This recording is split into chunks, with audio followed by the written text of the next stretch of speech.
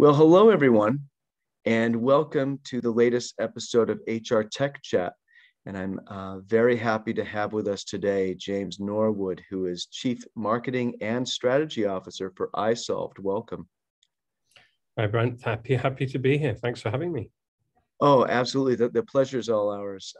Thanks so much for agreeing to do this. And a couple of things. So we're going to focus on something really interesting that isolved just recently did, and that is you folks launched a health and medical industry specific version of your People Cloud full HCM suite, and that's a pretty big deal. And I know we're going to get into that quite a bit today. But first, I just wanted to let our audience know that just a little bit of background on you. Maybe you could elaborate on this. I know that you've been in the enterprise software space for, I think, about 3 decades now. And so I guess a way of saying it is that you may have seen it all. So maybe you can just elaborate a little bit there. Yes, I hate to actually admit to that, Brent, but yeah, I think I started my career in software in 1988. So pre the World Wide Web, pre mobile phones. I think networks were just starting to come out. So yeah, I've been around a long time, perhaps longer than I should. But yes, I've been through many different changes and reinventions. And one of the things that, of course, is always a constant in technology is change. So yes, excited to still be part of it. Oh, that's great. That's great. I wish I've been in my profession, various professions. I think maybe about 30 years now, or 25 anyway. But I wish I could say I've been in the same one for that time. So you have that going for you. I know that isolved, just to set the stage here, because they're to get into the meat here. The health and medical fields, especially over the past couple of years, but just in general, they have a lot of unique challenges. And I know that you folks have, and we're going to speak to some of those, but I know that you folks recently did a couple of surveys of HR leaders across many industries, and then a deeper dive into the health and medical field. And you found out some interesting things. Maybe you could share a few of those with us.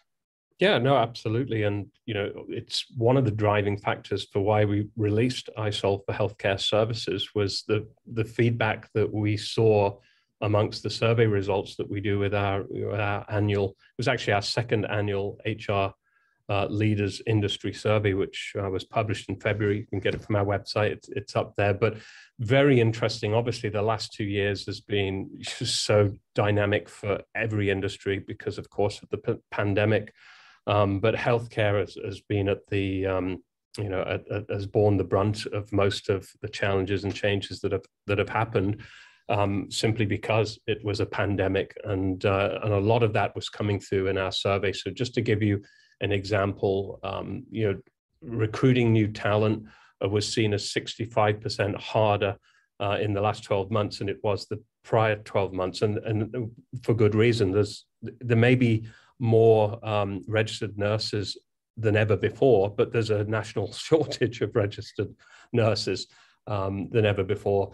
And that led to 73% of the leaders, in fact, 100% in the assisted living area, where we're talking about care workers, finding talent retention was hard. So not only is it increasingly hard to find people, but it's very, very hard to hold on to them. And then a couple of other things which I thought were very interesting is around the financial aspects of this. Healthcare workers are missing shifts in greater numbers than ever before. And a lot of it is not just due to the burnout that they're having from being in ICU for the last 2 years. I shouldn't laugh. It's all credit to them. But 31% of HR leaders were attributing missed shifts to financial strain on their employees. And likewise, even though 85% of employees would like access and would, if they could, make use of things like earned wage access, on-demand pay, and other financial wellness applications, only 25% of leaders in the space are actually providing things like that to help folks with work-life balance and better health and well-being. So it's really interesting to see some of these things coming up. And the last stat I'd give you is, not unsurprisingly, 78% of healthcare leaders are now focused on employee experience as a top priority this year. Who would have thought, right? You know what, the one that really stands out to me is that so 100% in the assisted living space, I think it was, you mentioned. Yeah. I mean, how many times do you have a survey that were 100% of respondents?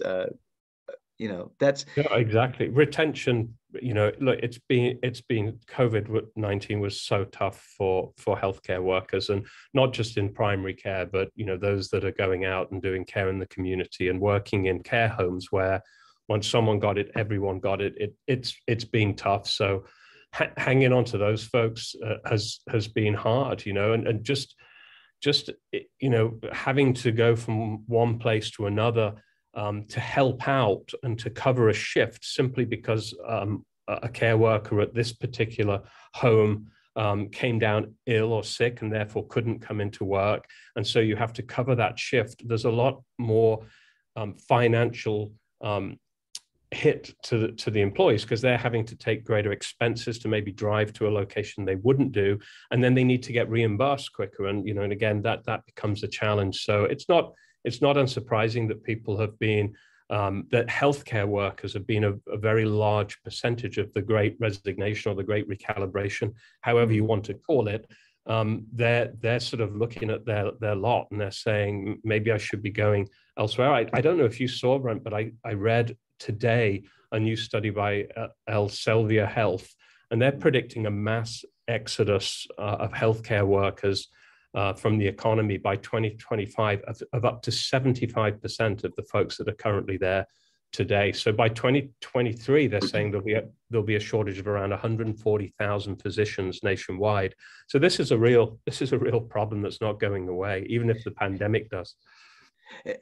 Yeah, I mean, imagine that the burnout is probably just absolutely fierce right now. You mentioned employee experience, and to me, and this is probably a good segue. Obviously, the providers, the solution providers that can really help these organizations in these fields address that employee experience are going to be the winners, honestly. In the space, and in what occurred, what occurred to me as you were describing that is that, again, is that this idea that the employee experience is, there are some things you can do with the employee experience. They're kind of soft and sort of empathetic, these kinds of things, but they seem empathetic, and they are, but there are other things that don't readily seem empathetic, but are, right? Yeah. And also affect the employee experience, like making it easier to process expenses, or Absolutely. making it easier to swap shifts, and these sorts of things. And I know that there are some unique challenges or acute or exacerbated challenges in the health and medical fields around scheduling and some of these things. And maybe you could get into share with our audience a little bit about what the isolved people cloud for health care and medical services, how that I think I got that wrong, sorry, but how that addresses some of this functionality that these places need to provide a positive employee experience. Yeah, no, absolutely. And first off, you're absolutely right. There is the softer side of employee engagement, but it can be as simple as getting expenses paid or getting access to your earned wages ahead of time. It's financial wellness, but it's still part of it. But yes, I mean, look, so isolved for Healthcare Services, to give it its full name for you, it came about because it's an area that's clearly suffering from not just from staff shortages, but even healthcare providers are struggling with meeting their financial performance side. So they're turning to look at cost efficiencies. They're looking at their tech stack. I don't know then the last time you went to the dentist or to a medical professional, but there's a Windows 8 system usually on the, in the background. It's all aging tech. And so there has been a lot of verticalized point solutions that existed, but trying to holistically put it all together for us was a way to help them actually reduce their costs, the healthcare providers to reduce their costs. And when we started to talk to our customers in the space, and it's around about 10% of all of our customers are in some form of healthcare, they told us in the early days, well, you're missing some of these features that we need, which is why we have these industry-specific solutions. So we work very hard in conjunction with our customers to build out those things. And a lot of it is in the area of workforce management that's very specific to healthcare, to ensure that, okay, if you're using this point solution to do this, we now have those 3 features or what have you. But we went a little further than that, is not just building in the product features, and I can get into them in more detail, but also wrapping the package with a series of best practices, services, which we knew that we needed to deliver each time to make those customers successful. And so packaging them up and making them available as well. For example, around talent acquisition, just teaching them how to write better job descriptions, teaching them how to optimize for that content, putting in place in the package all of the healthcare specific job board connections, so that when they launch that job description, it goes to not just to Indeed and Monster, which is where most of them throw it up, but it goes to all of the places where folks are looking, and just helping them to get their story across better. So there's a lot of services as well as functional aspects to the product. Yeah. Thinking about nurses again, right? And how difficult it is to capture their attention and get them to work for you as opposed to somebody else. They have so many options. It's really interesting how there's this sort of there are these two almost competing ideas going on right now. One is where there's this you have nurses who sort of have their pick of the litter of where they want to go to work next, and whereas at the same time there's a mass exodus where people are leaving the industry. That to me that's curious. It's part of the problem. And so again, there are more registered nurses today than there's ever has been, but not all of them can get certified. Not all of them want to work in ICU. So it's the job pool doesn't, which has a shortage anyway, doesn't naturally fit with the types of work that's available. And if you're a healthcare worker today, not only are you in a better position to leverage better pay and better sort of work-life balance options and flexibility, but you're also in a position now to take more control of your own schedule. And healthcare providers need, if they want to retain that talent, they're going to have to do that. So a lot of what we did in the product was around sort of workforce scheduling, was allowed around people being able to bid on shifts or take over shifts from someone who was sick or a friend without even having to involve an HR administrator who's then going to call around or email around to try and find cover, because the system's going to say, you have the qualifications to do this. Do you want it? And they can just go take it, which is great for the business and good for them. So having, not just shift swaps, but being able to work out who's available, who's qualified for that was one big part of it. And another thing as well is just doing workforce scheduling around things like occupancy, like how many beds have we got filled? How many people do we need here? And using that to generate the demand, and then have people come in and say, okay, that's local to me, I can take that. So transferring more control back to the healthcare workers, which they haven't always had, is better for them too. Yeah, empowering those employees. Yeah, I think is key. When nurses, just to sit on this point a little bit longer, when nurses and other types of employees that work in these fields have so many options because there are so many job openings and there's a relative dearth of the availability of the talent, what can the health organization do to say persuade Yeah. RNs to do ICU work as opposed to doing some of this more interesting stuff? Like, what are some of the things that they can do? There's a lot of things that, I mean, simpler things would be give them tools that are simple and easy to use, and don't stress them out. Help them get onboarded and trained, and I mean, with very strict compliance in this area, but help them with that so it becomes less onerous. Also support the remote workforce better.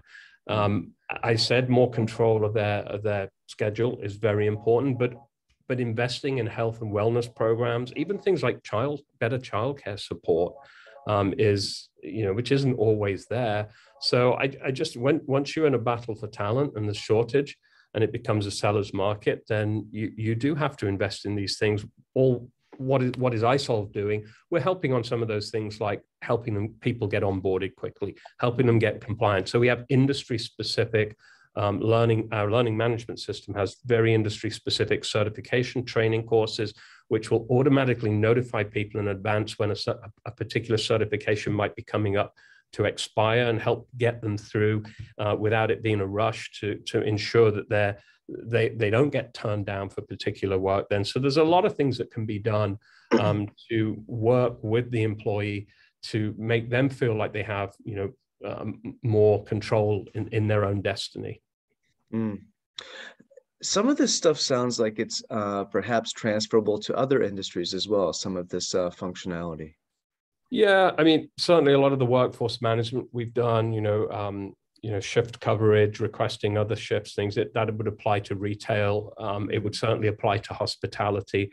So it's not, we built it with healthcare in mind. That they were the ones that had some very industry specific solutions, but we found very quickly that those very same features were going to be desirable to other space. Like retailers know how to market their jobs; they're better at that.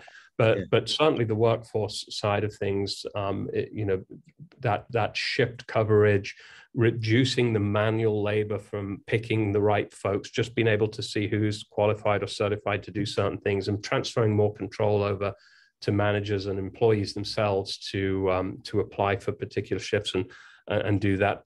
Absolutely, retail and hospitality, who are both also undergoing staff shortages due to the pandemic, their benefit from it as well. So that the same functionality we've built in for that will surface up in our industry solutions for those folks when we get to them.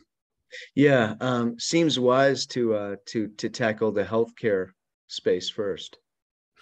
Yeah, it's the largest. We're winning the most business there, which tells you that there's a demand for our technology. Healthcare does tend to take more of the People Cloud suite and packaging it up as as iSolved for healthcare services. They can certainly take it piecemeal as they go, but at least they have a roadmap now to say these are all the things that we see are going to help you, from talent acquisition through talent management, HR, payroll, workforce management in between. So they have this roadmap or this blueprint of best practices that they can follow. And these types of industry specific solutions, not the point solutions, the sort of human capital management industry solutions, you didn't typically find outside of the very big players that are serving the enterprise. So for iSolved to do this for small to medium sized businesses and mid-market companies, it's quite a new thing, and it's going to reduce their costs. It's going to improve employee engagement and the overall experience that they have of that company. So yeah, it's I think it's a natural place to start. It's got that's experiencing the most pain, but if you crack this one, then it gets you a head start into other white and gray collar areas. Yeah, I think so. That's a great point. Did you? This is where the solution provider industry is going. It's kind of moving in this direction. Do you think? Yeah, it's the way it should go. I mean, it's the hardest thing to do. If you think about it, like iSolved began probably more than 30 years ago. In fact, we came into being to help companies deal with COBRA when that became a thing back in 1985, which you could think of as a vertical thing. It's human resource issues brought about through government legislation. And that's kind of been everything we've done ever since, Americans with Disability Act came about. And then obviously, with COVID and all the legislation around that. So you could say that everything we do is kind of a vertical, but then to tailor it to an industry, it's kind of the last, it's that last piece that not many folks get to. And you can't do them all, I don't think. You've got to pick the areas where you're going to be strongest. So we're picking on where we have the most customers and where the most pain seems to be right now. Mm-hmm. So yeah, I don't think we're the first, and I don't think we'll be the last, but I do think our approach, which is not just a sales and marketing approach, it's product and services and best practices based on a lot of experiences is the way to go. The services piece of it, that is very important, and it's what all the bona fide true full suite HCM providers are doing right now. They're providing those comprehensive services because you want your users to understand how best to use the solution, and users know their business, but at the same time they may not know all the best practices. And let me put this differently: a provider of solutions of technology for software for any given industry is going to have that perspective from having a number of users in this space that maybe the one user doesn't have. They know their own business, but they don't have that broader perspective. Absolutely. And that's the very reason why we have, at isolved, we have teams of tax specialists, we have teams of accountants, we have legal specialists, we have benefits specialists. And so when, and every customer that joins as part of our isolved for Healthcare Services bundle will get access to a dedicated customer service representative or team that they can go to for any tax or treasury question, any financial question, any benefits question. And that team is going to help them not just with the knowledge of their industry, where they probably got a fair bit themselves, but with a broader knowledge of overall legislation and requirements that they perhaps don't have. We provide, ACA compliance, FMLA administration, all of that is part of the bundle. Now that could, and COBRA administration, and all that can apply to a lot of industries as well, but it's our depth of knowledge there across every tax jurisdiction, in every state in the country that helps bring an added level of expertise to what they're trying to get solved. Yeah. As a tangent, we spoke with a user of yours, Crescent Community Health Center, a few months ago, and just speaking to your origins in COBRA administration, helping with that. They just very recently, this past year, saying your praises at isolved around your ability to help them navigate some new rules around that. So you're still evolving even in that area. Yeah, I mean, they're Crescent, they're part of the Federal Qualified Health Center program, which again is another example of, us serving health centers, walk-in health centers, community centers around the country. And they are all adding staff, they're all increasing staff, but they don't want to increase their costs, including their HR costs as part of that. So they are a good example. Yeah, I mean, COBRA is where we began, believe it or not, but we expanded into the full human capital management suite over a period of time. And Crescent's a good example of a customer that started with one part of the system and has grown into other areas, helping them with talent acquisition, as well as core HR payroll and benefits enrollment and administration and those areas.